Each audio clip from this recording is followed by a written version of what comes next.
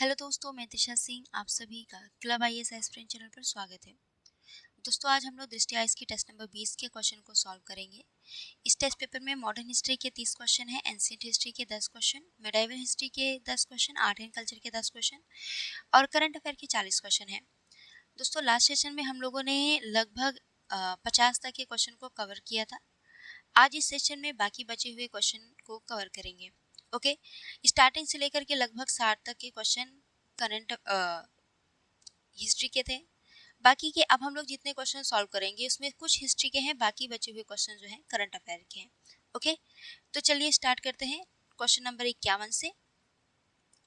दोस्तों, वीडियो अच्छी लगी तो लाइक शेयर एंड सब्सक्राइब जरूर करना और अपने दोस्तों में भी शेयर करना। ओके, तो अशोक स्तंभ के संदर्भ में निम्नलिखित कथनों पर विचार कीजिए। पहला कथन कह रहा है कि अशोक स्तंभ सामान्यतः एकाश्म स्तंभ दंड, एक शीर्ष और एक पट्टिका से मिलकर बना होता है। तो पहला स्टेटमेंट आपका सही है। अशोक स्तंभ देखा होगा आप लोगों ने, तो उसमें आप लोग देखेंगे सॉरी, उसमें आप लोग देखेंगे कि कुछ इस तरह से एक स्तंभ होता है, ठीक है। फिर यहाँ पे समथिंग ऐसा एक स्ट्रक्चर होता है, फिर उसके ऊपर शीर्ष पर जो है एक पट्टिका लगी होती है, इस पे एक जानवर की मूर्ति बनी हुई होती है। इसी को अशोक स्तंभ कहते हैं, ठीक है। तो यहाँ पे क्या है कि एकाश्म स्तंभ दंड होता है, यानी कि एक ही पत्थर को काट करके बनाया गया होता है। कभी कभी एग्जाम में आपके दे देगा कि पत्थरों में कई पत्थरों को जोड़ करके स्तंभ बनाया जाता है, तो ये गलत है। अशोक स्तंभ की विशेषता यही है कि ये एकाश्म पत्थर से बनाए जाते हैं, ठीक है। इसमें कोई जुड़ाव नहीं होता है, एक शीर्ष और एक पट्टिका से मिलकर बना होता है। तो यहाँ पहला स्टेटमेंट सही है। दूसरा कह रहा है अशोक स्तंभ सामान्यतः महल भवनों से जुड़े होते थे जो अचमेनित स्तंभों के समान थे। देखो, अशोक स्तंभ की विशेषता यह है कि जो अशोक स्तंभ होते हैं वो भवनों से नहीं जुड़े रहते हैं। जैसे आप लोग देखेंगे यूनानियों के जो स्तंभ होते थे ना, वो ऐसे भवनों से जुड़े हुए होते थे, ठीक है। भवनों से जुड़े होते थे, जैसे ये मान लो ये भवन है, तो ऐसे ये जुड़े हुए होते थे। लेकिन अशोक स्तंभ क्या है, अशोक स्तंभ आप खुले मैदान में देखेंगे ऐसे खड़ा रहता है, भवनों से जुड़ा नहीं रहता है। तो यहाँ पे दूसरा स्टेटमेंट गलत हो जाएगा। तीसरा कह रहा है कि सारनाथ स्तंभ शीर्ष के पट्टिका में सिंह, बैल, हाथी, अश्व जैसे पशुओं की मूर्तियां हैं। तो तीसरा स्टेटमेंट सही है। चौथा कह रहा है कि सारनाथ स्तंभ शीर्ष के 4 शेरों को भारत के राष्ट्रीय प्रतीक के रूप में अपनाया गया। तो चौथा स्टेटमेंट भी आपका सही है। तो कुल कितने कथन सही हुए बच्चों? तो कुल कितने कथन सही हुए? कुल 3 कथन सही हुए। करेक्ट आंसर हो जाएगा आपका ऑप्शन सी। देखो, ये है गांधार मूर्ति कला। गांधार मूर्ति कला का क्वेश्चन आपको खुद से करना है, ये मुझे बताना है आपको कमेंट बॉक्स में इसका आंसर। हमने आपको आर्ट एंड कल्चर की 1 से लेकर के 20 तक के टेस्ट पेपर में सॉल्व कराई हूँ। तो इस दौरान बहुत सारे हिस्ट्री के टेस्ट पेपर हुए हैं, खास करके आर्ट एंड कल्चर के टेस्ट पेपर हुए हैं। आर्ट एंड कल्चर में मैंने आपको बताया कि गांधार मूर्ति कला के बारे में, अमरावती मूर्ति कला के बारे में और मथुरा मूर्ति कला के बारे में। तो तीनों मूर्ति कला के बारे में मैंने बहुत डिटेल में डिस्कस किया है। तो मैं चाहती हूँ कि इसका आंसर आप लोग दो कमेंट बॉक्स में। और अगर नहीं पढ़ा है तो एक बार नितिन सिंघानिया की आर्ट एंड कल्चर की बुक में गांधार मूर्ति कला, अमरावती मूर्ति कला, मथुरा मूर्ति कला, तीनों मूर्ति कला के बारे में एक बार पढ़ लीजिएगा, फिर आंसर करिएगा। थोड़ा सा अपना एफर्ट्स लगाइए, क्योंकि अब आप एग्जाम देने जा रहे हो। 24 मई को एग्जाम है, नेक्स्ट मंथ में, ज़्यादा टाइम अब नहीं बचा है। चलिए अगला क्वेश्चन देखिए। कोणार्क का प्रसिद्ध सूर्य मंदिर निम्नलिखित में से किसके द्वारा बनवाया गया था? तो कोणार्क का सूर्य मंदिर जो है, प्रसिद्ध सूर्य मंदिर, किसके द्वारा बनवाया गया है? तो नरसिंह देव प्रथम द्वारा बनवाया गया है, ठीक है। ये गंग वंश के शासक थे, तो इनके द्वारा बनवाया गया था।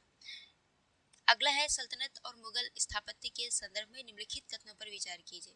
यहाँ से हमेशा अक्सर क्वेश्चन पूछा जाता है, तो इम्पोर्टेंट है ये क्वेश्चन। पहला स्टेटमेंट कह रहा है कि सल्तनत कालीन स्थापत्य में प्रारंभिक चरण में कोरबेलदार मेहराबों का व्यापक उपयोग देखने को मिलता है, जबकि वास्तविक मेहराब बाद के समय में अधिक स्थापित हुआ। तो पहला स्टेटमेंट सही है। देखो, सल्तनत काल में जो है मेहराब और गुंबद का प्रयोग किया जाता था, ऐसा नहीं था कि नहीं किया जाता था, लेकिन बेहतर तरीके से जो मेहराब है वो आपको बाद में देखने को मिलेगा, खास करके मुगलों के काल में, ठीक है। तो यहाँ पे पहला स्टेटमेंट आपका करेक्ट है। दूसरा कह रहा है कि मुगल स्थापत्य में परिष्कृत सजावटी तकनीकों के साथ लाल बलुआ पत्थर और सफेद संगमरमर का व्यापक उपयोग किया गया है। तो दूसरा स्टेटमेंट भी सही है। मुझे नहीं लगता कि इसमें बहुत कुछ खास बताने की बात है। भाई, सफेद संगमरमर का एग्जाम्पल आप देख सकते हो, ताजमहल, ठीक है। और बाकी लाल बलुआ पत्थर का एग्जाम्पल आप लोग बताओ कि क्या होगा। तीसरा है कि सल्तनत काल के विशेषता स्मारकों में पिट्टे ड्यूरा की जड़ाई का व्यापक उपयोग हुआ है। देखो सल्तनत काल की विशेषता नहीं है ये। पिट्टे ड्यूरा तकनीक का उपयोग आप लोग देखेंगे मुगलों ने किया था, ठीक है। मुगलों के शासन काल में पिट्टे ड्यूरा तकनीक का उपयोग किया गया था, चारबाग शैली का प्रयोग किया गया था। ये पिट्टे ड्यूरा तकनीक क्या है कि जड़ों को जो है दीवारों में या संगमरमरों में ऐसे उसको धसाया जाता था ताकि जो घर होता है, महल जो वो सुंदर और आकर्षक दिखे। तो जड़ों और रत्नों से जो है दीवारों को या संगमरमर को सजाना पिट्टे ड्यूरा कहलाता है। तो ये सल्तनत काल की विशेषता नहीं है, मुगल काल की विशेषता है। आप नीति सिंघानिया की बुक पढ़ेंगे, उसमें क्लियरली ये चीजें मुगल स्थापत्य में आपको पढ़ने को मिल जाएगा। तो तीसरा भी गलत है, तीसरा गलत है केवल, पहला और दूसरा आपका करेक्ट है। तो यानी राइट आंसर क्या हो जाएगा, ऑप्शन ही हो जाएगा। अगर तीसरा आपको पता होता तो एलिमिनेट कर देते, इजीली आपका आंसर आ जाता। अगला क्वेश्चन देखिए, अगला क्वेश्चन है उत्तरी कृष्ण मार्जित बृहद्भांड आमतौर पर निम्नलिखित में से किस काल से संबंधित है। तो दोस्तों ये और मौर्य काल से संबंधित है। आपका करेक्ट आंसर ऑप्शन बी हो जाएगा। भीमबेटका प्रागैतिहासिक शैल चित्रों के संदर्भ में निम्नलिखित कथनों पर विचार कीजिए, ठीक है। भीमबेटका प्रागैतिहासिक शैल चित्रों के बारे में आपको बताना है, ठीक है। भीमबेटका की गुफा में जो है चित्रकारियां बहुत प्रसिद्ध हैं, ठीक है। आप देखिएगा प्राचीन काल से लेकर के कुछ स्टार्टिंग के मध्यकाल तक के चित्रण यहाँ पे मिलते हैं, तो यहाँ बहुत इंपॉर्टेंट हो जाता है। तो पहला स्टेटमेंट, भीमबेटका कहाँ पे है ये गुफा, तो मध्य प्रदेश में है। चलो अब विशेषता देखो, इसका प्रमुख विषय क्या रहा है, तो शिकार रहा है, नृत्य रहा है, दैनिक जीवन के दृश्य रहे। आप लोग देखिए प्राचीन काल के लोग जो है, जैसे पाषाण, पूरा पाषाण काल हो गया, पाषाण काल के लोग हो गया, मध्य पाषाण काल, नव पाषाण काल, इसके आगे के काल के लोग गुफा में जाके चित्रकारियां करते। तो उस समय का चित्रकारियां कैसा होगा, लोग शिकार करते थे तो शिकार करते का चित्र बना रहे, लोग नृत्य करते थे तो नृत्य करते हुए का चित्र बना रहे हैं, और दैनिक जीवन के जो दृश्य होते हैं, जैसे औरतें खाना बना रही हैं, कोई काम कर रही हैं, या आदमी हथियार तोड़ बना रहा है, तो उससे संबंधित चित्र, ठीक है। तो पहला स्टेटमेंट आपका सही है। दूसरा है प्रयुक्त रंग, तो किस तरह के रंगों का प्रयोग किया गया है, तो लाल, मुख्यतः लाल और सफेद रंग का प्रयोग किया गया है, तो दूसरा स्टेटमेंट भी सही है। तीसरा कह रहा है चित्र की सतह, इसमें कह रहा है कि चित्र तैयार प्लास्टर वाली दीवारों पर बनाए जाते थे। नहीं, देखो उस समय के लोग इतने ज्यादा जानकार नहीं थे। भीमबेटका गुफा में मेनली प्राचीन इतिहास के चित्र मिलते हैं, ठीक है। तो उस समय खास करके पाषाण काल, नव पाषाण काल, तो समय प्लास्टर तकनीक के बारे में नहीं जानते थे। तो चित्र की सतह जैसी दीवारें रहती थी, उसी दीवारों पे डायरेक्ट चित्र बना दिया जाता था। किसी तरह का कोई लेप लगा करके प्लास्टर करके फिर सुखाया जाता था, फिर उस पर चित्र बनाया जाता था, नहीं, इस तकनीक का प्रयोग नहीं हुआ है। जैसे कि आप देखेंगे एलोरा में हुआ है, एलोरा में हुआ है, लेकिन आप यहाँ पे भीमबेटका की गुफा में नहीं देखेंगे। भीमबेटका गुफा में बहुत पहले से ही, प्राचीन काल से ही यहाँ पे पाषाण काल, पूरा पाषाण काल से ही चित्र बनाए जा रहे हैं, तो इस तकनीक का प्रयोग नहीं किया गया है, ठीक है। तीसरा गलत हो जाएगा, भीमबेटका में नहीं है, बाकी एलोरा और अजंता में आप लोग को देखने को मिलेगा। अगला कह रहा है कि सांस्कृतिक महत्व प्रागैतिहासिक समुदायों के जीवन और गतिविधियों से संबंधित है, तो चौथा स्टेटमेंट आपका करेक्ट है। यानी कुल कितने कथन सही में, आपके 3 कथन सही में। राइट आंसर आपका ऑप्शन सी हो जाएगा। अगला है बौद्ध धर्म के संबंध में निम्नलिखित कथनों पर विचार कीजिए। बौद्ध अवधारणा दी हुई है। दूसरा है संबंधित विवरण, बताना है कि कितने सही सुमेलित हैं, ठीक है। बोधिसत्व दिया है कि वह जो दूसरों को मोक्ष प्राप्त करने में मदद करने के लिए निर्वाण प्राप्त करने में विलंब करता है, उसे बोधिसत्व कहा जाता है। देखो अगर आप बौद्ध धर्म पढ़ रहे हो तो आपको बोधिसत्व और बौद्ध पता होना चाहिए। बौद्ध का मतलब वो होता है जिसने ज्ञान प्राप्त कर लिया है, जिसने निर्वाण प्राप्त कर लिया है, और बोधिसत्व उसे कहा जाता है जो अभी मोक्ष प्राप्त करने में लोगों को मदद कर रहा है, अभी निर्वाण प्राप्त करने की राह पर है, अभी उसने निर्वाण प्राप्त किया नहीं है, ठीक है, निर्वाण प्राप्त किया नहीं है, और लोगों को वो मदद कर रहा है कि वो भी जो है निर्वाण प्राप्त करें, यानी कि दूसरों की निर्वाण प्राप्त करने में वो ज्यादा महत्व दे रहा है, अपने निर्वाण प्राप्ति को थोड़ा लेट कर दे रहा है। जैसे मान लो आप आईएएस बनना चाहते हो, ठीक है, आप आईएएस बनने की राह पर हो, ठीक है, आप आईएएस बनने वाले हो, लेकिन इसके साथ ही क्या है कि आप दूसरों की मदद कर रहे हो आईएएस बनने में, तो आप क्या हो जाओगे, बोधिसत्व। ये भी बोधिसत्व ही होगा। जो आईएएस बन चुका होगा वो क्या होगा, बुद्ध होगा, ठीक है। तो कुछ ऐसा ही समझ लो, तो इसी को बोधिसत्व कहते हैं। तो पहला स्टेटमेंट आपका सही है। बुद्ध और बोधिसत्व में अंतर है। बुद्ध जिसने निर्वाण प्राप्त कर लिया है, बोधिसत्व जो निर्वाण प्राप्त करने की राह पर है, अभी निर्वाण प्राप्त नहीं किया है, लेकिन अपनी निर्वाण प्राप्त को थोड़ा सा टाल दे रहा है, दूसरों की मदद करने लग रहा है, उसको भी निर्वाण प्राप्त करने की मदद कर रहा है, ठीक है, तो यहाँ पहला सही हो जाएगा। दूसरा कह रहा है कि हीनयान संप्रदाय बोधिसत्वों की दिव्य प्राणियों के रूप में उपासना। देखो हीनयान और महायान में बेसिक अंतर क्या है कि महायान कहता है देखो भाई जो गौतम बुद्ध है वो मेरे लिए भगवान जैसे हैं, तो उनको भगवान की तरफ पूजा जाता है। और हीनयान की जो है गौतम बुद्ध को एक इंसानी मानता है, एक इंसान के तौर पे उनकी आराधना करता है। तो यहाँ पे कह रहा है कि बोधिसत्वों की दिव्य प्राणियों के रूप में उपासना, तो यहाँ पे ये गलत हो जाएगा, ये महायान में माना जाता है। तीसरा कह रहा है महायान ग्रंथों की, देखो महायान संप्रदाय के संदर्भ में कह रहा है कि महायान ग्रंथों की रचना लगभग पहली शताब्दी ईसा पूर्व से प्रारंभ हुई थी। तो तीसरा स्टेटमेंट आपका सही है। चौथा है अभय मुद्रा। देखो गौतम बुद्ध की कई सारी मुद्राओं में उनकी मूर्तियां मिली हुई हैं, मूर्तियां प्राप्त हैं, तो जिसमें से एक है अभय मुद्रा। इनकी मुद्राओं के बारे में आप पढ़ लेना, थोड़ा अलग अलग मुद्रा है, अभिनंदन मुद्रा है, अंजलि मुद्रा है, अभय मुद्रा है, धर्म चक्र प्रवर्तन मुद्रा है। तो इम्पोर्टेंट है, आप नितिन सिंघानिया की बुक में जब बौद्ध धर्म पढ़ेंगे तो इसमें ये दी हुई है, चित्र के साथ दिया हुआ है, उसमें से 5-6 पढ़ लोगे तो आपका काम हो जाएगा एग्जाम में, क्योंकि ये पूछता है, इंपॉर्टेंट है। ठीक है, तो ये क्या है, अभय मुद्रा निर्भयता और सुरक्षा का प्रतीक वाला हाव भाव है। ये जो अभय मुद्रा है ये निर्भयता और सुरक्षा का प्रतीक है, बस इतना ध्यान रखना। तो यहाँ पे चौथा स्टेटमेंट आपका करेक्ट है। शिक्षा प्राप्ति के बाद अभय मुद्रा, यानी कि इसमें हमारे अंदर की जो निर्भरता है, डर है, वो समाप्त हो जाती है। तो यहाँ पे चौथा स्टेटमेंट करेक्ट है। तो कितने कथन सही हुए आपके, पहला, तीसरा और चौथा, यानी 3 स्टेटमेंट सही है। करेक्ट आंसर आपका ऑप्शन सी हो जाएगा। दोस्तों अगर आप पीडीएफ चाहते हो तो पीडीएफ का लिंक आपको कमेंट बॉक्स में दे दिया जाएगा। पीडीएफ का लिंक नहीं, मतलब टेलीग्राम का लिंक जो है कमेंट बॉक्स में दे दिया जाएगा। उस टेलीग्राम लिंक में आप क्लिक करके, टेलीग्राम लिंक को क्लिक करके आप हमारे टेलीग्राम ग्रुप में ज्वाइन हो जाइएगा। इसी ग्रुप में आपको पीडीएफ का लिंक दे दिया जाएगा, बहुत ही मिनिमम प्राइस में आपको पीडीएफ मिल जाएगा, 149 समथिंग। ठीक है, अगर विजन आईएएस का चाहते हो तो विजन आईएएस का मिल जाएगा, संस्कृति आईएएस का, फोरम आईएएस का, दे आईएएस का, दृष्टि आईएएस का, सभी इंस्टीट्यूट का मिल जाएगा। आप जिस भी इंस्टीट्यूट का चाहते हो आप क्लिक करके डाउनलोड कर सकते हो। ओके, चलो हिंदी और इंग्लिश दोनों माध्यम में मिलेगा और विद एक्सप्लेनेशन मिलेगा। अगला क्वेश्चन है भारतीय दर्शन के सांख्य और योग संप्रदायों के संबंध में निम्नलिखित कथनों पर विचार कीजिए। पहला कथन कह रहा है कि सांख्य संप्रदाय 2 मूलभूत वास्तविकताओं को मान्यता देता है, पुरुष और प्रकृति। तो यहाँ पे बताओ कि क्या ये स्टेटमेंट करेक्ट है। तो पहला स्टेटमेंट आपका सही है कि सांख्य संप्रदाय जो है 2 मूलभूत वास्तविकताओं को मान्यता देता है, एक पुरुष और दूसरी प्रकृति। ठीक है, पुरुष को आत्मा माना गया है सांख्य संप्रदाय में, और प्रकृति को जो है पदार्थ माना गया है। हमारी जो सृष्टि की रचना हुई है इसी प्रकृति से हुई है, और पुरुष जो है एक आत्मा है। तो यहाँ पहला स्टेटमेंट सही है। दूसरा कह रहा है योग संप्रदाय सांख्य के दार्शनिक ढांचा को स्वीकार करता है। तो यहाँ पे दूसरा स्टेटमेंट सही कह रहा है कि योग जो है, योग संप्रदाय जो है ये सांख्य के दार्शनिक ढांचे को स्वीकार करता है, लेकिन मोक्ष के लिए इसने व्यवहारिक अनुशासन और ध्यान पर बल दिया है। ठीक है, तो योग संप्रदाय में अगर मोक्ष प्राप्त करना है तो मोक्ष प्राप्त करने के लिए इंसान को अपने व्यवहारिक अनुशासन को बनाए रखना होगा और अपने ध्यान पर बल देना होगा। तो यहाँ पे दूसरा स्टेटमेंट सही है। तीसरा कह रहा है कि सांख्य संप्रदाय सृष्टि की व्याख्या करने में ईश्वर को एक आवश्यक तत्व मानता है। देखो सांख्य संप्रदाय में ईश्वर को एक आवश्यक तत्व नहीं माना गया है सृष्टि की रचना में, सृष्टि की व्याख्या के लिए। ठीक है, इसने प्रकृति को आवश्यक तत्व माना है। तो यहाँ पे तीसरा गलत हो जाएगा, पहला और दूसरा सही है। करेक्ट आंसर आपका ऑप्शन बी होगा। अगला क्वेश्चन है भरतनाट्यम से। भरतनाट्यम के संदर्भ में निम्नलिखित कथनों पर विचार कीजिए। ओके, पहला कथन कह रहा है कि भरतनाट्यम की उत्पत्ति जो है तमिलनाडु के मंदिरों में हुई। तो पहला स्टेटमेंट सही है।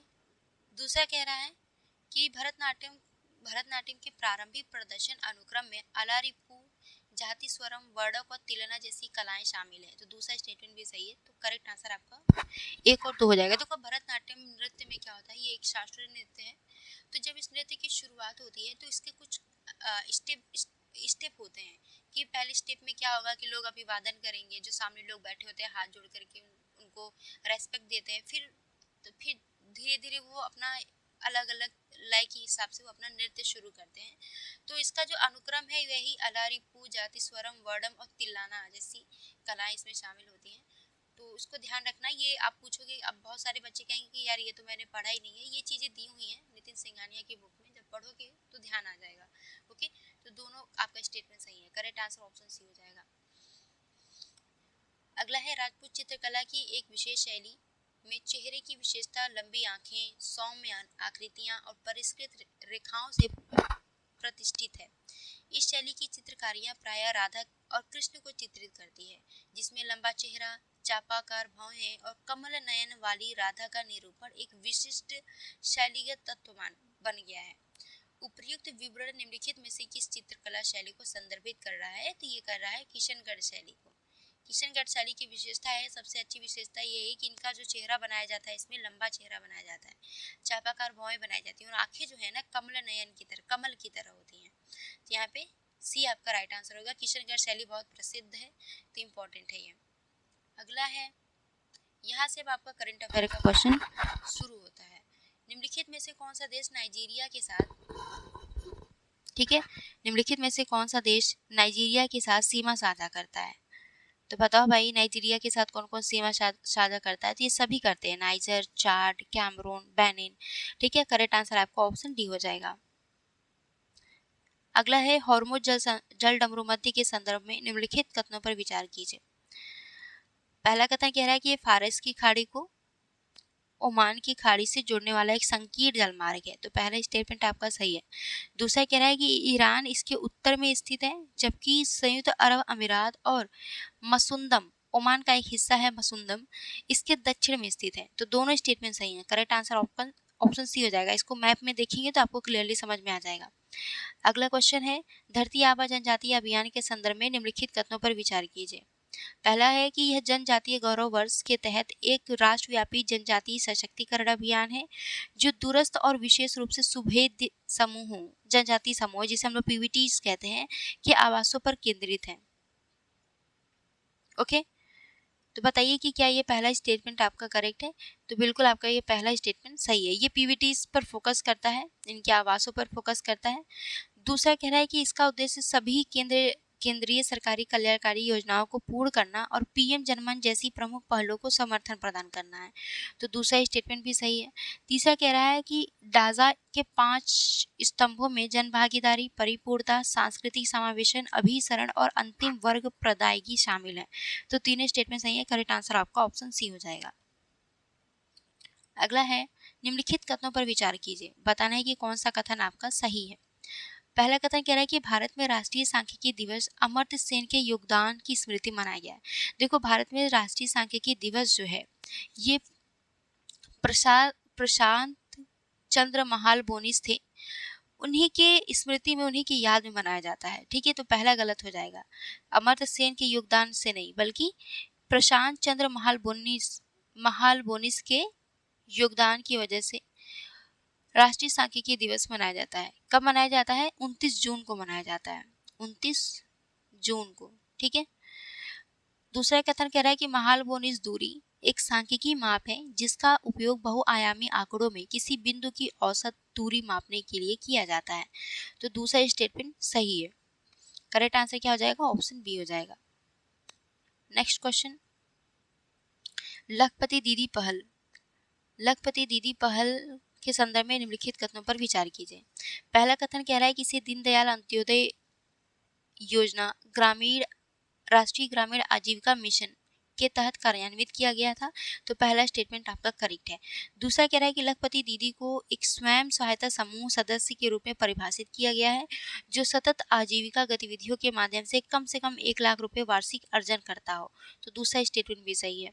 तीसरा स्टेटमेंट कह रहा है कि लखपति दीदी की आय कम से कम 4 कृषि मौसमों या व्यावसायिक चक्रों में बनी रहनी चाहिए। तो तीसरा भी स्टेटमेंट करेक्ट है, यानी राइट आंसर क्या हो जाएगा? ऑप्शन डी हो जाएगा। देखो, बहुत बेसिक सा क्वेश्चन है, इसलिए मैं बहुत ज़्यादा डिटेल में डिस्कस नहीं कर रही हूँ। सारे स्टेटमेंट्स पढ़ के समझ में आ रहा होगा कि हाँ, स्टेटमेंट सही है। और वैसे भी जब भी किसी पहल या योजना से रिलेटेड होता है तो मंत्रालय का नाम दे रहा है, तो मंत्रालय का नाम ध्यान से देखना ज़रूरी होता है। इसके अलावा अगर पॉजिटिव स्टेटमेंट दिया हुआ है तो यहाँ पे पॉजिटिव स्टेटमेंट दिया है तो सभी सही हो जाएगा। अगर कहीं निगेटिव स्टेटमेंट दिया होता है तो स्टेटमेंट वो अक्सर गलत होता है। ठीक है, तो इस तरह से आप आंसर कर सकते हो। चलो, नव्या पहल के बारे में पूछा ही। नव्या पहल हाल ही में सरकार ने नव्या पहल लॉन्च की है। इसका क्या उद्देश्य है? देखो, इसका उद्देश्य किशोरियों को, खास करके जो किशोरियां हैं, उनको गैर परंपरागत नौकरी की भूमिकाओं में व्यावसायिक प्रशिक्षण प्रदान करना है। ठीक है, तो दूसरा आपका राइट आंसर हो जाएगा ऑप्शन बी। अगला क्वेश्चन है, निष्पादन ग्रेडिंग सूचकांक के संदर्भ में निम्नलिखित कथनों पर विचार कीजिए। पहला कथन कह रहा है कि राष्ट्रीय शिक्षा नीति 2020 और सतत विकास लक्ष्यों के अनुरूप सभी राज्यों और केंद्र शासित प्रदेशों में स्कूली शिक्षा का मूल्यांकन करता है। तो पहला स्टेटमेंट आपका सही है। दूसरा कह रहा है पीजीआई 2.0 स्कोर को 10 निष्पादन स्तरों में वर्गीकृत किया गया है, जिसमें दक्ष सबसे निचला ग्रेड और आकांक्षी सबसे उच्चतम ग्रेड है। तो ये पढ़ करके ही आपको समझ में आ रहा होगा कि दक्ष सबसे निचला ग्रेड कैसे हो सकता है और आकांक्षी सबसे उच्चतम ग्रेड है। नहीं, देखो दक्ष जो है सबसे उच्चतम ग्रेड है, आकांक्षी जो है सबसे निम्नतम ग्रेड है। तो यहाँ पर दूसरा गलत हो जाएगा। ठीक है, इसके साथ ही जो 10 निष्पादन स्तरों में वर्गीकृत किया गया है, तो देखो इसके अलग अलग संकेतक हैं और अलग अलग श्रेणियां हैं, 10 नहीं है। ठीक है, तो ये भी गलत है। तीसरा कह रहा है कि यह आंकड़े राष्ट्रीय उपलब्धि सर्वेक्षण 2021 शिक्षा के लिए एकीकृत जिला सूचना प्रणाली और मध्याह्न भोजन कार्यक्रम से प्राप्त जानकारी पर आधारित है। तो यहाँ तीसरा स्टेटमेंट आपका करेक्ट है, यानी कितने कथन सही हुए आपके? 2 कथन सही हुए। राइट आंसर हो जाएगा ऑप्शन बी। अगला क्वेश्चन कह रहा है कि भारत में अंग प्रत्यारोपण के संदर्भ में निम्नलिखित कथनों पर विचार कीजिए। ओके, पहला कथन कह रहा है कि मानव अंग और ऊतक प्रतिरोपण अधिनियम 1994 भारत में अंग और ऊतक प्रत्यारोपण को विनियमित करता है। तो पहला स्टेटमेंट आपका सही है कि मानव अंग और ऊतक प्रतिरोपण अधिनियम 1994 जो है, ये अधिनियम भारत में अंग और ऊतक प्रत्यारोपण को विनियमित करता है, रेगुलेट करता है। दूसरा है कि राष्ट्रीय अंग प्रत्यारोपण कार्यक्रम का उद्देश्य अंगदान और प्रत्यारोपण को बढ़ावा देना है और क्षेत्रीय नेटवर्क को मजबूत करने के लिए राज्य अंग और ऊतक प्रत्यारोपण संगठनों की स्थापना की गई है। तो दूसरा स्टेटमेंट भी सही है। ठीक है, बहुत बेसिक सा बात कह रहा है कि भाई अंगदान को या प्रत्यारोपण को बढ़ावा दिया जाएगा राष्ट्रीय अंग प्रत्यारोपण कार्यक्रम के माध्यम से। दूसरा कह रहा है, तीसरा स्टेटमेंट कह रहा है कि वर्ष भर किए जाने वाले अंग प्रत्यारोपणों की कुल संख्या के मामले में भारत अमेरिका और चीन के बाद विश्व में तीसरे स्थान पे है। तो ये तीसरा स्थान आपको ध्यान रखना है। तो ठीक है, तो करेक्ट आंसर आपका यानी तीनों ही स्टेटमेंट सही है, तो राइट आंसर हो जाएगा आपका ऑप्शन सी। अगला क्वेश्चन है, महादेश्वरी हिल्स वन्यजीव अभयारण्य निम्नलिखित में से किस संरक्षित क्षेत्र के निकट है? देखो, माले महादेश्वरी हिल्स वन्यजीव अभयारण्य ये किस संरक्षित क्षेत्र के निकट है? तो ये बिलगिरी रंगास्वामी मंदिर tiger reserve, Sathyamangalam tiger reserve और कावेरी वन्यजीव अभयारण्य, इन तीनों के निकट है। तो करेक्ट आंसर आपका ऑप्शन ए हो जाएगा। नेक्स्ट क्वेश्चन है, हाल ही में भारत में खोजे गए स्पोर्टेयस करीगिरी के संबंध में निम्नलिखित कथनों पर विचार कीजिए। पहला कथन कह रहा है कि यह एक प्रकार की जंपिंग स्पाइडर है जिसका नाम कर्नाटक के करीगिरी के नाम पर रखा गया है। दूसरा कह रहा है, हाँ, तो पहला स्टेटमेंट देखो, तो पहला स्टेटमेंट आपका सही है कि ये एक जंपिंग स्पाइडर है, इसका नाम जो है कर्नाटक के करीगिरी यानी एलिफेंट हिल्स के नाम पे रखा गया है। दूसरा कह रहा है कि इस प्रजाति का नर चट्टानों की दरारों, पथरीले उभारों में छुपा हुआ पाया जाता है, जबकि जो मादा होती है वो वन्य अवस्था में अंडों के समूह की रक्षा करती हुई पाई जाती है। तो दूसरा स्टेटमेंट आपका सही है। ठीक है, मादा क्या करती है भाई, अपने बच्चों का ख्याल रखने के लिए उसके समूह में पाई जाती है, और ये जो नर होता है ये चट्टानों की दरारों में या फिर उभारों में कहीं छुपा होता है। तो आपका राइट आंसर क्या हो जाएगा? दोनों ही स्टेटमेंट सही है, तो ऑप्शन सी आपका करेक्ट आंसर हो जाएगा। नेक्स्ट क्वेश्चन देखो, तृतीय संयुक्त राष्ट्र महासागर सम्मेलन 2025 के संदर्भ में निम्नलिखित कथनों पर विचार कीजिए। पहला कथन कह रहा है कि इसका उद्देश्य नाइस महासागर समझौते को संयुक्त राष्ट्र के वर्ष 2015 के सतत विकास लक्ष्यों के अनुरूप एक अंतर्राष्ट्रीय समझौते के रूप में स्थापित करना था। तो पहला स्टेटमेंट आपका करेक्ट है। ओके, दूसरा देखो, तो दूसरा क्या कह रहा है? दूसरा स्टेटमेंट कह रहा है कि मलेशिया और विश्व बैंक ने कोरल बॉन्ड की शुरुआत की, जो मलेशिया में प्रवाल भित्तियों के संरक्षण और पुनर्स्थापन प्रयासों के लिए वित्तीय सहायता प्रदान करने वाला एक नवाचारपूर्ण वित्तीय साधन है। देखो, कोरल बॉन्ड किसने शुरू किया है? कोरल बॉन्ड शुरू किया है क्या मलेशिया और विश्व बैंक ने शुरू किया है? बताओ मुझे कमेंट में। देखो बच्चे, पहले स्टेटमेंट तो आपका करेक्ट है। हाँ, तो कोरल बॉन्ड किसने शुरू किया है दोस्तों? इंडोनेशिया और वर्ल्ड बैंक ने। मलेशिया नहीं है, इंडोनेशिया है, तो यहाँ दूसरा गलत हो जाएगा, पहला सही है। करेक्ट आंसर ऑप्शन ए होगा। नेक्स्ट क्वेश्चन, भारत के मत्स्य पालन क्षेत्र के संदर्भ में निम्नलिखित कथनों पर विचार कीजिए। भारत, पहला कथन कह रहा है कि भारत कैप्चर फिशरीज का विश्व का सबसे बड़ा उत्पादक है। देखो यहाँ पे गलत हो जाएगा पहला स्टेटमेंट। भारत जो है दूसरे नंबर पे आता है कैप्चर फिशरीज में। कैप्चर फिशरीज मतलब होता है कि ऐसे ही नदी तालाब झीलों में मछली को पकड़ लेना। मछली पाल, स्पेशली मछली पाल नहीं जा रहा है, ठीक है, जहाँ पे भी नेचुरली मछली प्राकृतिक तौर पर पाई जाती है वहाँ पे जाकर के मछली को पकड़ना, इसी को मछली कैप्चर फिशरिंग कहा जाता है, ठीक है। तो पहला गलत है। दूसरा कह रहा है कि भारत के कुल मत्स्य उत्पादन का 75% से अधिक हिस्सा अंतर्देशीय मत्स्य पालन से आता है।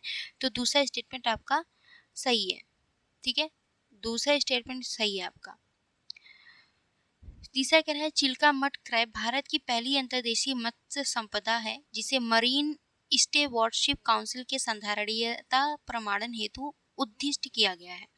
तो तीसरा स्टेटमेंट भी आपका सही है। पूछा है कितने सही नहीं है, तो केवल एक कथन सही नहीं है। राइट आंसर क्या हो जाएगा? ऑप्शन ए हो जाएगा, ठीक है, केवल एक। और हमेशा ध्यान रखना है कि भारत में अंतर्देशीय मत्स्य पालन से मत्स्य उत्पादन ज्यादा होता है, कोस्टल एरिया से मत्स्य उत्पादन अपेक्षाकृत कम होता है, ठीक है।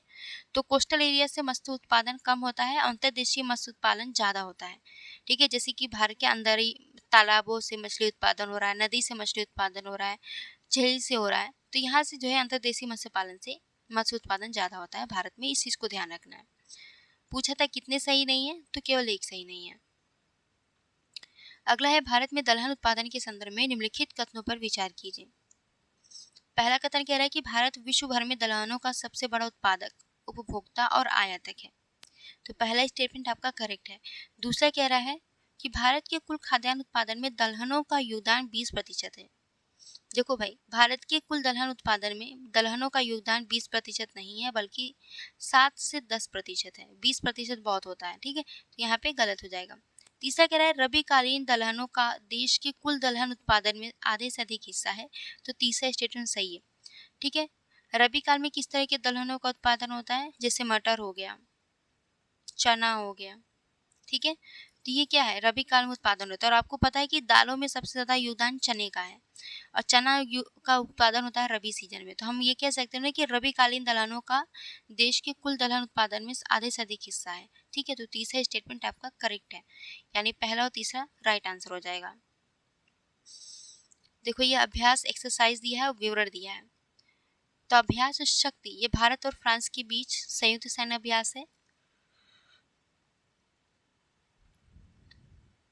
पहला स्टेटमेंट आपका करेक्ट है। दूसरा कह रहा है अभ्यास वरुण, भारत और अमेरिका के बीच नहीं बच्चा, भारत और फ्रांस के बीच आयोजित होता है वरुण। भारत और फ्रांस के बीच अभ्यास वरुण आयोजित होता है।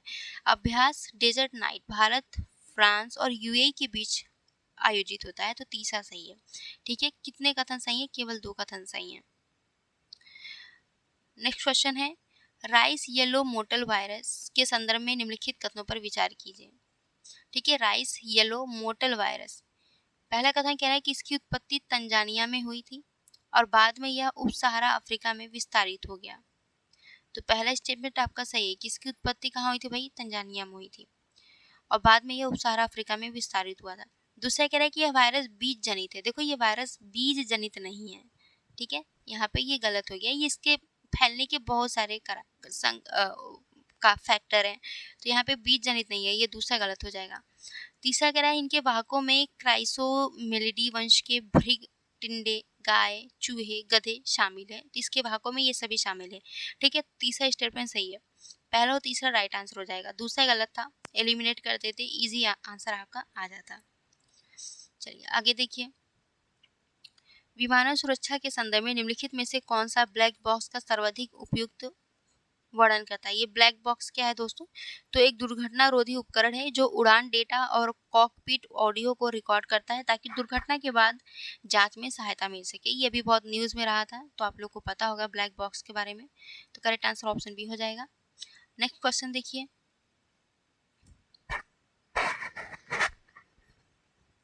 नेक्स्ट क्वेश्चन है दोस्तों, आईसीएआर राष्ट्रीय उच्च सुरक्षा पशु रोग संस्थान के बारे में निम्नलिखित कथनों पर विचार कीजिए।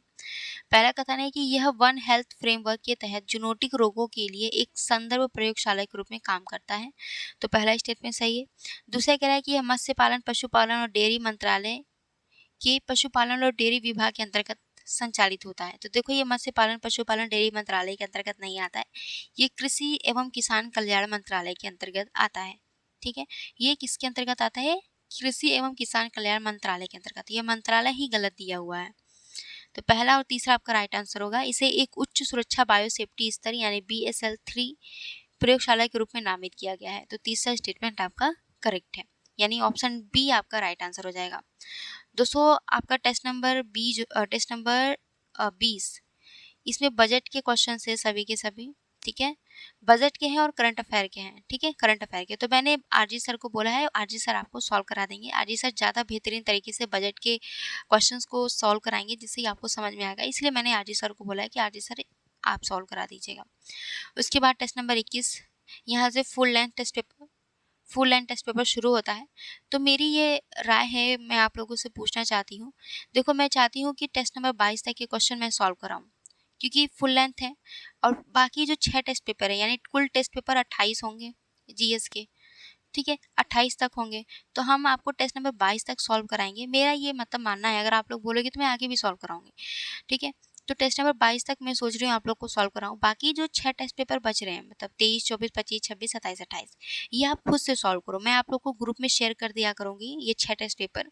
आप लोग खुद से सॉल्व करो, क्योंकि ये फुल लेंथ है। अब फुल लेंथ आपको खुद सॉल्व करना चाहिए। अब तक के जितने थे सेक्शनल टेस्ट पेपर थे, तो बहुत कोर में क्वेश्चन पूछ रहा था। ठीक है, तो थोड़ा सा मुझे लगता था कि हाँ, सारे टेस्ट पेपर मैं सॉल्व कराऊँ, लेकिन अब क्योंकि फुल लेंथ है, तो फुल लेंथ जैसा कि एग्जाम में पूछा जाता है वैसा ही आएगा पेपर। तो अब आप लोग को ज़रूरी है कि आप लोग भी कुछ टेस्ट पेपर खुद से लगाएं। 6 टेस्ट पेपर आप खुद से लगाइए।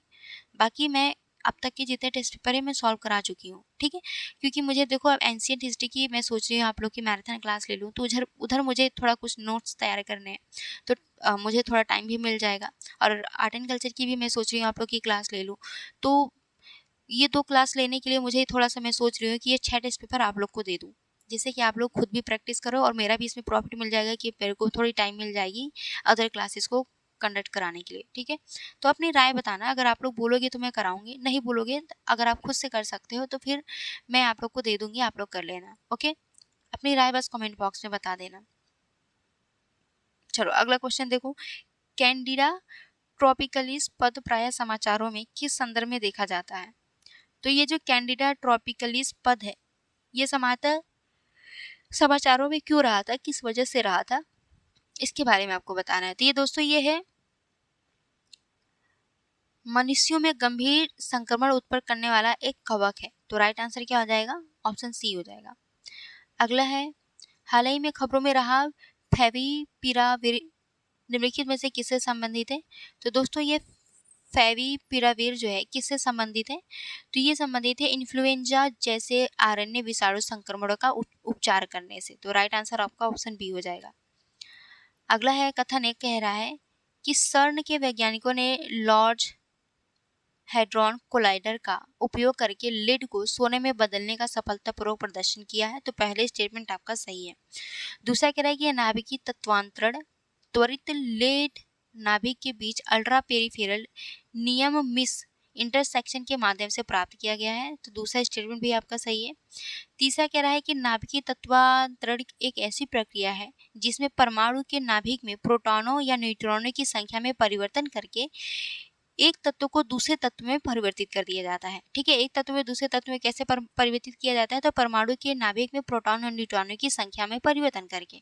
तो तीसरा स्टेटमेंट आपका करेक्ट है, यानी तीनों ही कथन सही है। कथन दूसरा और कथन तीसरा, कथन एक की सही व्याख्या कर रहा है। तो यानी राइट आंसर क्या हो जाएगा? ऑप्शन ए हो जाएगा आपका। चलिए अगला देखिए। चंपाई, सियाहा, सैतुअल जो कभी कभी समाचारों में रहते हैं, निम्नलिखित में से किस क्षेत्र से संबंधित है? तो चंपाई सियाहा सेतुअल जो ये समाचारों में रहे थे आजकल, ये म्यांमार, यहाँ पे क्या है कि म्यांमार के जो शरणार्थी हैं यहाँ पे आकर के रहने लग रहे हैं। तो ये है आपका मिजोरम में। राइट आंसर हो जाएगा ऑप्शन ए। अगला है सागौन, जिसे टेक्टोना ग्रैंडिस भी कहा जाता है। तो इसके संदर्भ में निम्नलिखित कथनों पर विचार करना है। पहला कथन कह रहा है कि यह एक आर्द्र पर्णपाती वृक्ष है जो अपनी स्थायित्व के लिए अत्यधिक मूल्यवान है और इसका उपयोग जहाज निर्माण, प्रीमियम फर्नीचर और संगीत वाद्य यंत्रों में किया जाता है। तो पहला स्टेटमेंट सही है। सागौन की लकड़ी आप लोगों को सुना होगा, ये बहुत मजबूत लकड़ी होती है। ठीक है, ये आर्द्र पर्णपाती वृक्ष है सागौन। यहाँ पर आप जहाँ पे आर्द्र पर्णपाती जलवायु पाया जाएगा वहाँ पे सागौन वृक्ष आपको देखने को मिलेगा। ओके, दूसरा कह रहा है कि भारतीय वैज्ञानिकों ने सागौन के पत्ते के अर्क को इसकी एंथोसाइनिन सामग्री के कारण लेजर सुरक्षा के लिए एक संभावित पर्यावरण अनुकूल ऑप्टिकल लिमिटर के रूप में पहचाना है। तो दूसरा स्टेटमेंट भी आपका राइट आंसर करेक्ट है। तो राइट आंसर हो जाएगा ऑप्शन सी। अगला है गार्सिनिया कुसुमाए हाल ही में किस संदर्भ में चर्चा में रहा था? तो गार्सिनिया कुसुमाए जो है ये भारत के पूर्वोत्तर क्षेत्र में नवीनतम खोजी गई एक वृक्ष प्रजाति है। तो करेक्ट आंसर आपका ऑप्शन सी हो जाएगा। अगला क्वेश्चन देखो, मन्नार की खाड़ी के संबंध में निम्नलिखित कथनों पर विचार कीजिए। पहला कथन कह रहा है कि यह लक्षद्वीप सागर का हिस्सा है और इसकी सीमा जो है रामेश्वरम तथा मन्नार द्वीप से लगती है। तो पहला स्टेटमेंट आपका सही है। दूसरा कह रहा है तमिलनाडु सरकार द्वारा 1986 में मन्नार की खाड़ी को समुद्री राष्ट्रीय उद्यान घोषित किया गया था। तो दूसरा स्टेटमेंट सही है। जो ये मन्नार की खाड़ी है ना, इसको समुद्री राष्ट्रीय उद्यान के रूप में घोषित किया गया था 1986 में। तो जब भी समुद्री राष्ट्रीय उद्यान से क्वेश्चन आया तो ये इंपॉर्टेंट हो जाता है। तीसरा है कि अभी हाल ही में यहाँ पे वीओ चिदम्बरम बंदरगाह जो भारत के प्रमुख बंदरगाहों में से एक है, मन्नार की खाड़ी के अनुदेश अवस्थित है। तो यहाँ तीसरा स्टेटमेंट भी सही है। तो राइट आंसर क्या हो जाएगा? ऑप्शन डी, यानी तीनों ही कथन सही है। अगला क्वेश्चन कह रहा है कि मैघबुराका, उतांबा किलिमी राष्ट्रीय उद्यान और मुआ नदी जो कभी कभी समाचारों में रहते हैं निम्नलिखित में से किस क्षेत्र से संबंधित है? तो देखो, मैघबुराका, उतांबा किलिमी राष्ट्रीय उद्यान और ये जो है कहाँ किस क्षेत्र से संबंधित है? तो दोस्तों ये हैं आपके सिएरा लियोन से। करेक्ट आंसर ऑप्शन सी हो जाएगा। अगला क्वेश्चन देखो, ग्रेट निकोबार द्वीप परियोजना के संबंध में निम्नलिखित कथनों पर विचार कीजिए। पहला कथन कह रहा है कि यह एक बुनियादी ढांचा परियोजना है जिसे अंडमान एवं निकोबार द्वीप समूह के उत्तरी सिरे पर स्थित ग्रेट द्वीप पर लागू किया जाना है। देखो, अब यहाँ पे बहुत सारे लोग गलती कर देंगे। आप लोग बताओ कि अंडमान और निकोबार द्वीप समूह के उत्तरी सिरे पर स्थित ग्रेट निकोबार द्वीप पर लागू होता है। तो कि ये जो ग्रेट निकोबार है, क्या ये अंडमान निकोबार के उत्तरी सिरे पे है? बताओ, दक्षिणी सिरे पर है ना। यहाँ पर ही बहुत सारे बच्चे गलती कर देंगे। तो यहाँ पे ध्यान से क्वेश्चन को इसलिए मैं कहती हूँ कि ध्यान से पढ़ा करो। दूसरा कह रहा है कि मलक्का जलडमरू मध्य के निकट रणनीतिक रूप से स्थित है जो हिंद महासागर को प्रशांत महासागर से जोड़ने वाला एक प्रमुख समुद्री बंदरगाह है। तो दूसरा स्टेटमेंट सही है। यहाँ पे क्या है, मलक्का जलडमरू मध्य के निकट स्थित है। ठीक है, ये जो मलक्का जलडमरू मध्य ये हिंद महासागर और प्रशांत महासागर को जोड़ने का काम करता है। तीसरा कह रहा है कि इसे अंडमान और निकोबार द्वीप समूह एकीकृत विकास निगम द्वारा क्रियान्वित किया जा रहा है। तो तीसरा स्टेटमेंट आपका सही है। तो कितने सही हुए? केवल 2 कथन सही हुए। तो राइट आंसर आपका ऑप्शन बी हो जाएगा। अगला है निम्नलिखित में से कौन सा संगठन वन्य जीवों और वनस्पतियों की संकटापन्न प्रजातियों के अंतर्राष्ट्रीय व्यापार पर अभिसमय यानी साइट्स को प्रशासित करता है? तो साइट्स को प्रशासित कौन करता है भाई? तो यूनाइटेड नेशन एनवायरमेंट प्रोग्राम करता है, यानी यूनेप करता है। ओके, राइट आंसर ऑप्शन ही हो जाएगा। अगला क्वेश्चन है अस्त्र मिसाइल के संदर्भ में निम्नलिखित कथनों पर विचार कीजिए। तो पहला कथन कह रहा है कि भारत की पहली दृश्य सीमा से परे सतह से हवा में मार करने वाली मिसाइल है। तो अस्त्र मिसाइल देखो दोस्तों, एयर टू एयर मिसाइल है, हवा से हवा में मार करेगा, सतह से हवा में नहीं। तो यहाँ पहला गलत हो जाएगा। ठीक है, दूसरा कह रहा है कि 100 किलोमीटर से अधिक दूरी तक सुपरसोनिक गतिशील लक्ष्यों को भेजने में यह सक्षम है। तो इसकी जो रेंज है ये 100 किलोमीटर से ज्यादा है। तो दूसरा स्टेटमेंट सही है। तीसरा कह रहा है कि धूम्र रहित ठोस ईंधन इंजन के साथ सक्रिय रडार होमिंग का उपयोग करता है। तो तीसरा स्टेटमेंट भी आपका राइट है। तो यहाँ पे कितने कथन सही हुए? केवल 2 कथन सही हुए। तो राइट आंसर आपका ऑप्शन बी हो जाएगा। इसे डीआरडीओ ने बनाया है, इसको ध्यान रखना, और एयर टू एयर मिसाइल है। नेक्स्ट है मैग्नेटोमीटर के संबंध में निम्नलिखित कथनों पर विचार कीजिए। पहला कथन कह रहा है कि मैग्नेटोमीटर चुंबकीय क्षेत्रों में भिन्नताओं को मापने और अंतरिक्ष मिशन, महासागर अन्वेषण, चिकित्सीय इमेजिंग में उपयोग होता है। तो पहला स्टेटमेंट सही है। देखो मैग्नेटोस्फीयर चुंबकीय क्षेत्र है, अगर इसके उपयोग के बारे में स्टेटमेंट दिया रहे और कई सारे क्षेत्रों का नाम देते जैसे अंतरिक्ष मिशन, महासागर अन्वेषण, चिकित्सा इमेजिंग, तो यहाँ स्टेटमेंट सही होता है। ठीक है, इस तरह का स्टेटमेंट अक्सर सही होता है, तो पहला स्टेटमेंट सही है। दूसरा कह रहा है कि Raman driven spin noise spectroscopy आधारित मैग्नेटोमीटर लेजर प्रकाश और रुबिडियम परमाणुओं का उपयोग करके चुंबकीय क्षेत्रों को मापने के लिए एक उन्नत ऑल ऑप्टिकल तकनीक है। तो दूसरा स्टेटमेंट भी आपका करेक्ट है। राइट आंसर ऑप्शन सी हो जाएगा। नेक्स्ट क्वेश्चन है लक्ष्य, निशांत और आर्चर जिन्हें हाल ही में समाचारों में देखा गया, इसका सर्वोत्तम वर्णन किया जा सकता है। तो देखो ये क्या है, तीनों की तीनों तो डीआरडीओ द्वारा विकसित किया गया एक मानव रहित वायुयान है। ठीक है, ये एक यूएवी है। चलो अगला क्वेश्चन देखो,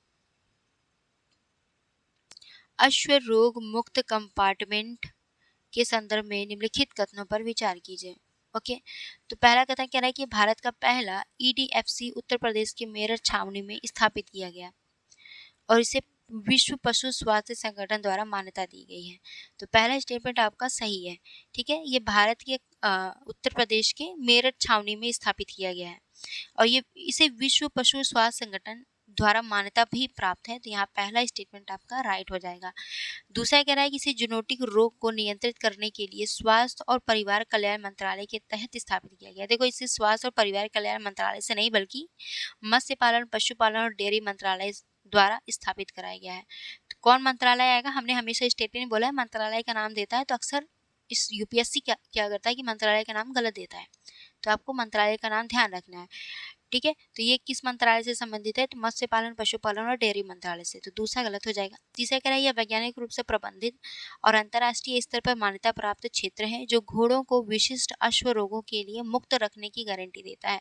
तो तीसरा स्टेटमेंट आपका सही है, यानी पहला और तीसरा आपका राइट आंसर हो जाएगा, दूसरा गलत था। नेक्स्ट क्वेश्चन देखो, लिथियम ट्रायंगल के संदर्भ में क्वेश्चन पूछा है, बताना है कि कौन सा देश है जो लिथियम ट्रायंगल का हिस्सा नहीं है, जो क्षेत्र विश्व की लगभग आधी ज्ञात लिथियम भंडारों की उपलब्धता के लिए जाना जाता है।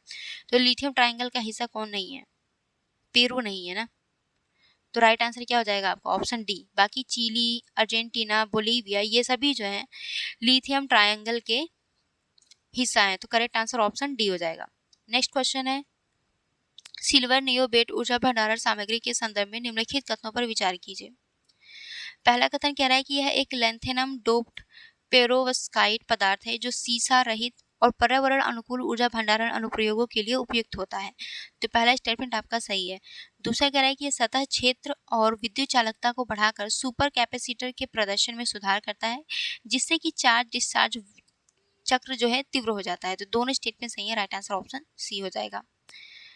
अगला है निम्नलिखित कथनों पर विचार कीजिए। पहला कथन कह रहा है कि हैम रेडियो एक लाइसेंस प्राप्त गैर वाणिज्यिक संचार सेवा है जिसका उपयोग मुख्यतः शैक्षिक, प्रयोगात्मक और आपातकालीन संचार उद्देश्यों के लिए किया जाता है। तो पहला स्टेटमेंट आपका सही है। जो ये हैम रेडियो है एक लाइसेंस प्राप्त गैर वाणिज्यिक सेवा है जिसका उपयोग मुख्यतः शैक्षिक, प्रयोगात्मक और आपातकालीन संचार उद्देश्यों के लिए किया जाता है। तो यहाँ पहला सही है। दूसरा कह रहा है कि एरिस यानी ARISS ISS एमेच्योर रेडियो को भारत, रसिया और कनाडा, जापान और यूरोप का समर्थन प्राप्त है। देखो भारत का समर्थन प्राप्त नहीं है, भारत ने इसका समर्थन नहीं देता है, तो यहाँ दूसरा गलत है, केवल एक आपका राइट आंसर हो जाएगा। अगला क्वेश्चन है हाल ही में समाचारों में देखा गया पद वेब कॉलर्स का सर्वोत्तम वर्णन किया गया है। वेब कॉलर क्या है भाई, वेब क्रॉलर्स, तो ये है दोस्तों स्वचालित प्रोग्राम जो रियल टाइम में पुनर्प्राप्ति और लार्ज AI मॉडलों के प्रशिक्षण के लिए इंटरनेट सामग्री एकत्र करते हैं। तो आंसर हो जाएगा ऑप्शन बी। अगला है निम्नलिखित में से ब्रिक्स की पहल है, तो ब्रिक्स की पहल क्या है भाई, तो तीनों ही है, न्यू डेवलपमेंट, आकस्मिक रिजर्व व्यवस्था, STI फ्रेमवर्क, तीनों हैं, तो राइट आंसर ऑप्शन डी हो जाएगा। नेक्स्ट क्वेश्चन,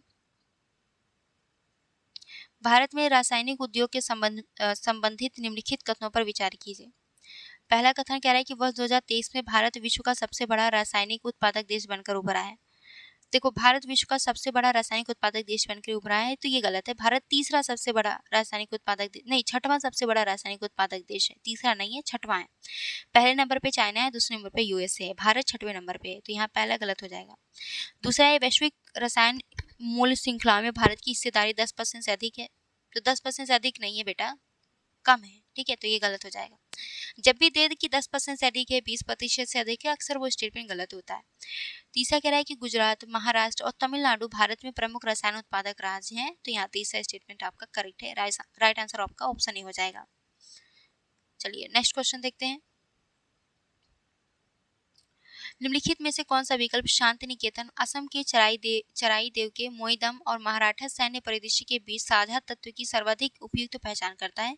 तो ये सभी क्या है दोस्तों? तो यूनेस्को के विश्व धरोहर का इन्हें दर्जा प्रदान किया गया था, तो करेक्ट आंसर ऑप्शन ए हो जाएगा। अगला है निम्नलिखित कथनों पर विचार कीजिए। पहला कथन कह रहा है कि बिहार जो है सीडैक द्वारा विकसित ESECBHR ऐप का उपयोग करके नगर पालिका चुनाव में मोबाइल फोन आधारित वोटिंग का संचालन करने वाला भारत का पहला भारतीय राज्य बना था। तो पहला स्टेटमेंट सही है, ये बहुत न्यूज में रहा था चुनाव के दौरान।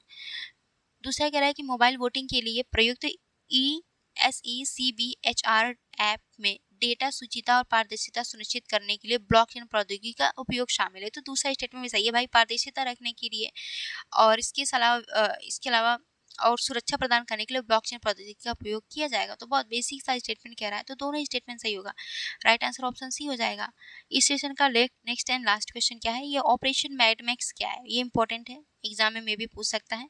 तो दोस्तों स्वापक नियंत्रण ब्यूरो, ठीक है, ड्रग कंट्रोल ब्यूरो द्वारा एक पार-राष्ट्रीय ड्रग कार्टेल को खत्म करना इसका उद्देश्य, तो राइट आंसर ऑप्शन डी हो जाएगा।